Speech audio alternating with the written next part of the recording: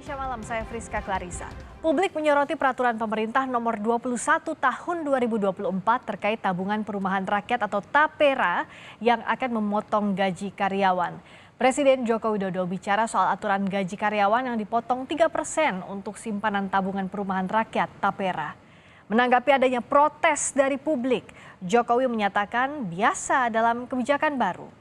Jokowi mengklaim sudah menghitung aturan gaji atau upah karyawan yang dipotong 3% untuk simpanan tabungan perumahan rakyat.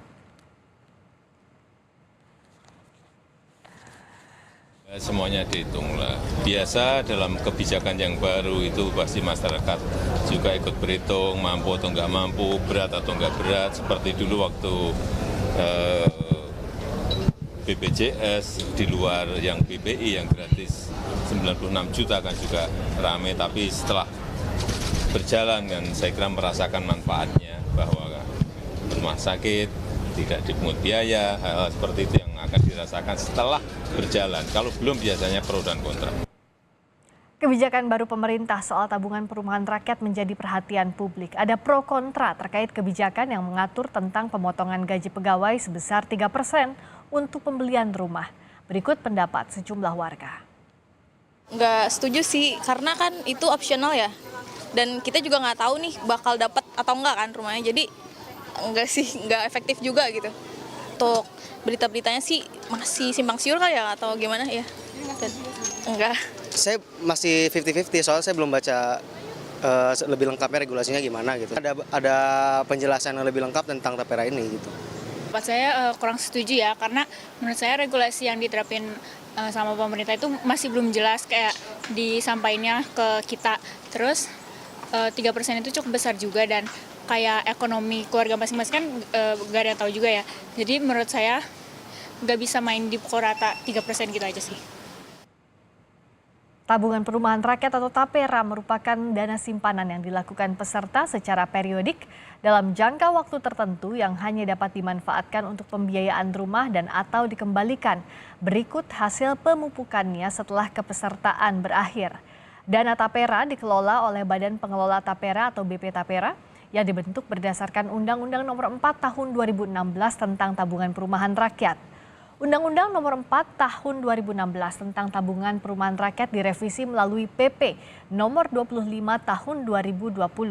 TAPERA tidak hanya diperuntukkan untuk PNS tapi semua pekerja yang memiliki penghasilan senilai upah minimum wajib jadi peserta TAPERA. Lalu kembali direvisi melalui PP Nomor 21 Tahun 2024 pada 20 Mei 2024.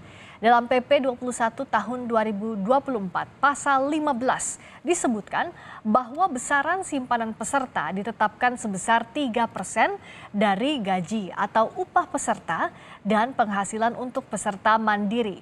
Peserta pekerja ditanggung bersama pemberi kerja sebesar 0,5% dan pekerja sebesar 2,5%. Sebelum terbentuk TAPERA, badan ini bernama Bapertarum PNS atau Badan Pertimbangan Tabungan Perumahan Pegawai Negeri Sipil. Badan ini dibentuk dari Kepres nomor 14 tahun 1993 dan ditetapkan tanggal 15 Februari 1993. Tugasnya membantu membiayai usaha peningkatan kesejahteraan PNS dalam bidang perumahan, baik PNS pusat maupun daerah dengan pemotongan gaji. Namun Bapertarum bermasalah di pengelolaan manajemen dan resmi bubar 2018. Dana dari Bapertarum dialihkan ke TAPERA sebesar 11,8 triliun rupiah atau 5,04 juta peserta PNS dan baru dikembalikan ke peserta tahun 2023 sebesar 1,8 triliun kepada hampir 446 juta PNS.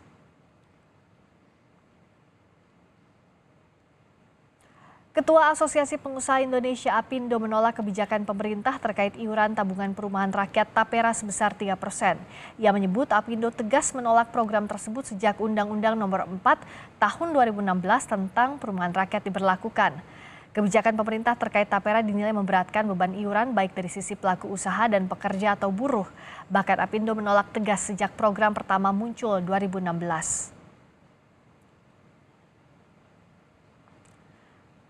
Kami kutip dari Kompas.com, Ketua Asosiasi Pengusaha Indonesia Shintawe Kamdani menyatakan bahkan sejak munculnya Undang-Undang Nomor 4 Tahun 2016 tentang Tabungan Perumahan Rakyat, Apindo dengan tegas telah menolak diberlakukannya undang-undang tersebut. Lalu bagaimana skema kebijakan tabungan perumahan rakyat dan tujuan besar dari kebijakan ini? Kita berbincang dengan pengamat kebijakan publik Rian Nugroho dan Wakil Ketua Umum Apindo Sani Iskandar. Kami juga sudah coba mengontak pihak dari Tapera maupun pemerintah, namun belum ada yang bersedia untuk hadir dalam dialog kali ini. Selamat malam Pak Rian, Pak Sani. Selamat malam. Selamat malam. Selamat malam, kabar baik. Saya ke Pak Sani dulu. Tadi Apindo tegas menyatakan menolak kebijakan ini. Dari sisi memberatkannya seperti apa kalau dari Apindo? Ya, jadi mungkin bahasa yang lebih tepat. Tadi saya ngobrol dengan Ibu Ketum, Bu Sinta. Jadi pengertian menolak itu, yang kita tolak adalah kalau kita itu membayar iuran itu 2 kali untuk hal yang sama. Dalam hal ini adalah untuk tabungan karyawan untuk mendapatkan perumahan.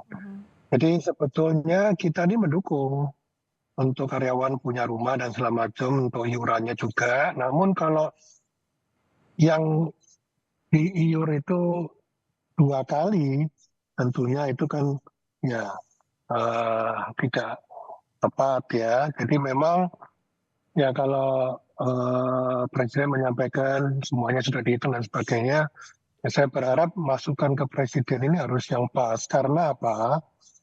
Dari dulu standpoint-nya Apindo jelas, jadi memang kita ini sudah, para pekerja maupun pelaku usaha ini kan sudah mengiur, itu yang namanya khususnya kalau dikaitkan dengan iuran perumahan rakyat, itu adalah iuran BPJS Ketenagakerjaan. Ya.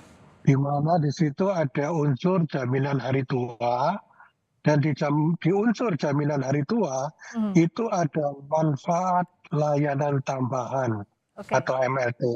Konon ceritanya, bukan ceritanya, ini data yang tadi saya konfirmasi dengan BPJS TK, Ya. itu dari total iuran yang 700 T sekian, itu khusus untuk yang JHT itu sudah terkumpul 400 triliun lebih, dan 30%-nya itu yang sebetulnya bisa untuk manfaat layanan tambahan untuk perumahan, itu 138 T. Itu duit itu besar sekali. Jadi harusnya itu yang diambilkan dari situ, itu jatahnya karyawan.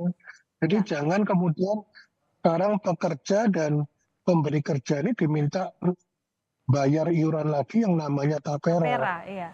Itu. Oke, nah dari Pak Rian, dengan adanya kebijakan tapera 3% ini Anda menilai juga tidak efektifkah seperti yang Pak Sani sampaikan? Kan komponennya sudah ada di BPJS Ketenagakerjaan, kenapa harus bayar double, dipotong double begitu? Begini, kami dari Masyarakat Kebijakan Publik Indonesia, MAKPI ya, kami juga belum pernah diajak untuk ikut mendengarkan kebijakan itu. Sebenarnya hal yang paling penting bagi kita adalah jangan sampai Presiden itu udah menaikkan sebuah kebijakan, terus kemudian ditarik lagi. Ini kan kasihan Presiden. Saya kira bahwa Presiden sangat melindungi para anggota timnya, sehingga Pak Presiden mengatakan sudah dihitung. Tetapi hitungan kami tidak ke sana. Jadi apalagi disampaikan pertama bahwa itu katanya compulsory, tapi pasal 7 mengatakan wajib loh itu. Dan wajibnya itu semuanya ternyata nomor 1 berapa loh. Kalau wajib semua kenapa dirinci satu persatu, itu juga agak lucu juga. Jadi kedua adalah disampaikan bahwa hitung-hitungannya nanti pada umur 58 tahun bisa dapat rumah. Lah kan itu kejauhan itu.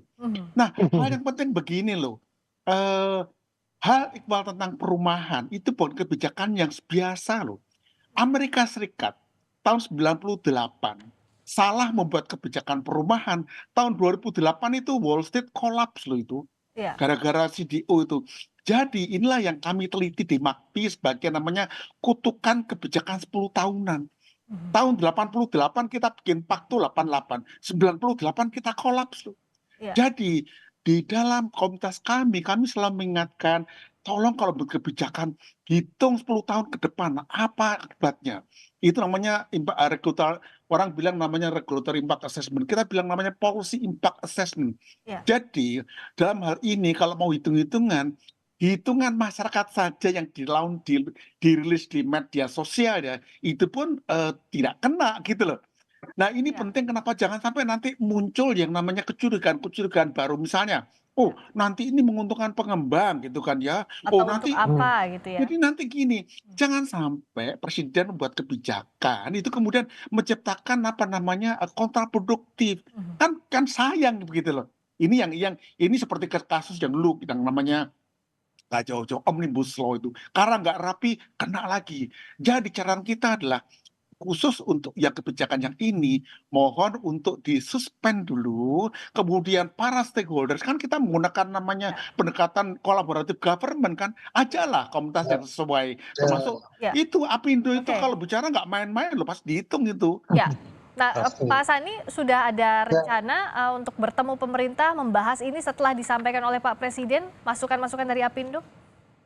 Nah, makanya jadi kita sih sangat siap ya, karena setelah keluar PP yang tahun 2020 itu dari komisioner Tapera juga sudah ketemu kami, dijelaskan sudah paham sekali. Bahkan waktu itu kami sudah roadshow ke Kementerian Tenaga Kerja, ke BPJSTK, dan juga ke bank-bank pemerintah di bawah Himbara.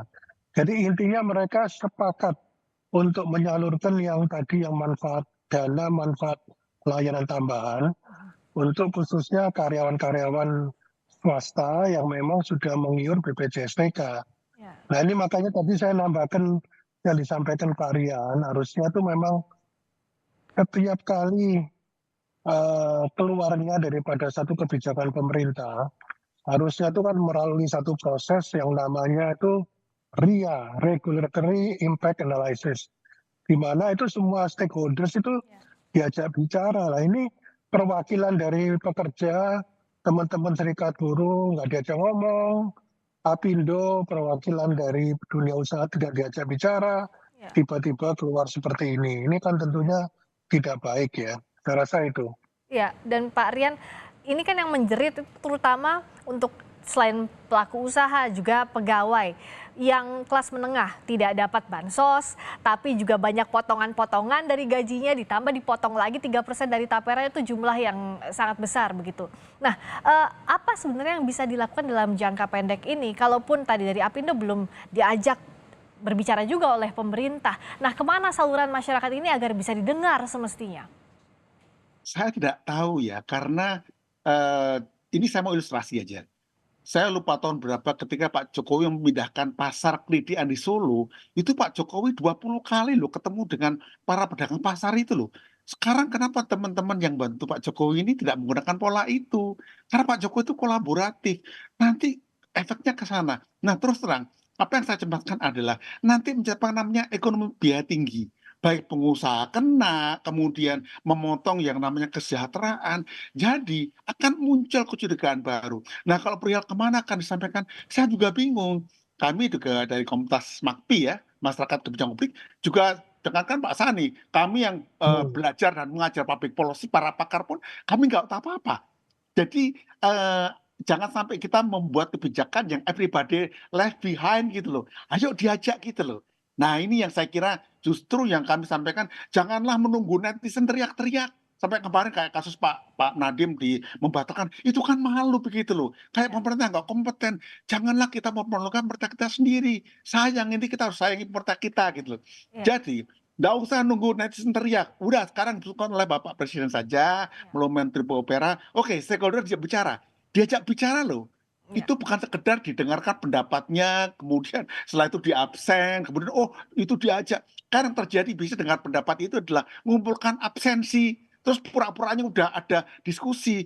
Itu yang nggak fair itu. Jangan sampai tiru Pak Jokowi waktu Solo itu, mengajak, merangkul gitu loh. Kita perlu inclusive policy, kebijakan yang merangkul gitu Mbak. Ya, kalau dari Apindo bagaimana untuk mendorong agar kebijakan ini berdasarkan mendengarkan dulu setidaknya masukan dari berbagai pihak termasuk Apindo dan kawan-kawan pelaku usaha maupun para pekerja, karena kalau diterapkan langsung tentu tadi sudah disampaikan Pak Sani bagaimana beratnya dan ini sudah double dengan BPJS Ketenagakerjaan Pak Sani. Jadi langkah Apindo? Ya, tentunya langkah Apindo, ya kami akan mencoba untuk bertemu dengan pihak yang terkait langsung, yang berhubungan dengan Tapera ini. Saya nggak tahu apakah komisioner pada badannya atau PUPR-nya, moga-moga bersedia untuk bertemu. Karena seperti malam hari ini pun kan juga akhirnya kan cuman saya sama Pak Rian, harusnya kan dari kan Kompas saja yang undang juga belum berhasil gitu ya.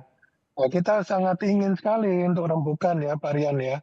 Ya, karena jangan sampai ini jadi kasus kegagalan kebijakan publik berikutnya ya, Pak Rian, Pak Sani. Betul. Kita tahu Dan bahwa ini Malah saya langsung mikir gini, jangan silakan. sampai nunggu Pak Sani dan teman-teman ke sana. Justru pemerintah yang turun, aktif. Itu artinya pemerintah yang merangkul.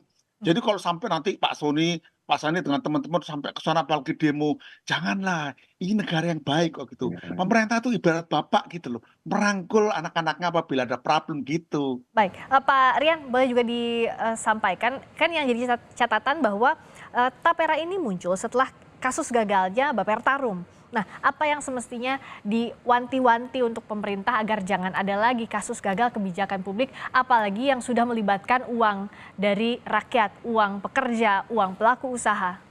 Gini loh Mbak, sepanjang yang kita pelajari, Tapera dengan Bapertarum itu bisnis modelnya relatif sama. Nah, Bapertarum aja gagal kok mau diulangi begitu loh. Jadi menurut hemat saya, ayo lebih hati-hati lagi gitu loh. Oh beda-beda. Sudahlah kita nggak mau berdebat saja. Yang penting ada yang namanya kemiripan model bisnisnya. Jadi itu akan terjadi kasus lagi ke sana. Kasihanilah pemerintah yang akan datang, yang memimpin negara ini nanti jadi problem lagi. Jangan kita buat ganjilan-ganjilan lagi, jangan tambah masalah lagi. Jadi hemat saya, suspend lah itu 2 bulan, 3 bulan. Ajaklah berbicara teman-teman yang terkait. Saya yakin kalau prosesnya baik, hasil baik. Ingat ya, yang namanya proses tidak pernah mengkhianati hasil. Itu prinsip di dalam manajemen mutu itu. Jadi masih ditunggu ya, apakah akan diajak berbicara secepatnya dari pelaku usaha maupun pekerja, ini yang ditunggu. Terima kasih sekali lagi atas waktunya pengamat kebijakan publik Pak Rian Nugroho. Terima kasih Wakil Ketua Umum Apindo Pak